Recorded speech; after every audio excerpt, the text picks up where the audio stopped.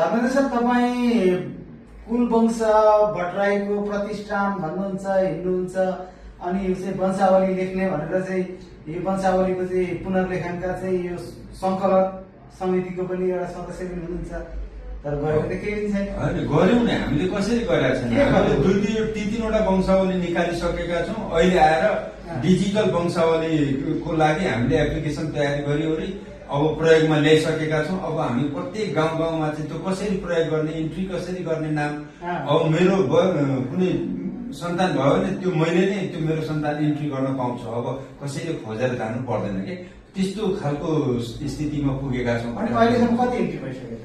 अहिलेसम्म अब के छ भने यसपालि त्यो नयाँ वंशावलीलाई टोटल त्यहाँभित्र हालेपछि अब के हुन्छ भन्नुहुन्छ भने कहाँ लगेर जोड्ने भन्ने आफ्नो पुर्खा पत्ता लगाउने अब प्रशिक्षण गर्दैछौँ। हामी त्यो इन्ट्रीतिर गएका छैनौँ। अब यसरी चाहिँ पुर्खा पत्ता लगाउन सकिन्छ। कम्तीमा 5 पुस्तासम्मको नामावली चाहिँ आफूलाई थाहा हुनुपर्छ। अनि त्यति त्यो सर्चमा गएर त्यो पुस्ताको ल्याएपछि अनि तल अप्सन आउँछ आफ्नो नयाँ इन्ट्री गर भन्ने, त्यस्ता खालका डिजिटल उसमा चाहिँ गइसकेका छ। सायद भट्टराई कुल वंश प्रतिष्ठान नै पहिलो हुनुपर्छ यो सबैभन्दा ठुलो भोल्युममा वंशावली निकाल्ने र पहिलोचोटि डिजिटल वंशावलीको अब एप्लिकेसन तयार गर्ने पनि भट्टराई कुल वंश प्रतिष्ठान हो कि भन्ने हाम्रो आफ्नो बुझाइ छ।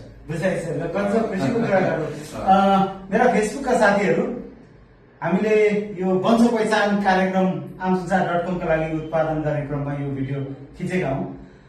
भट्टराई वंशको बारेमा हामी आमसंसार.com मा चाहिँ यो कार्यक्रम ल्याउँदैछौँ, प्रतीक्षा गर्नुहोस्।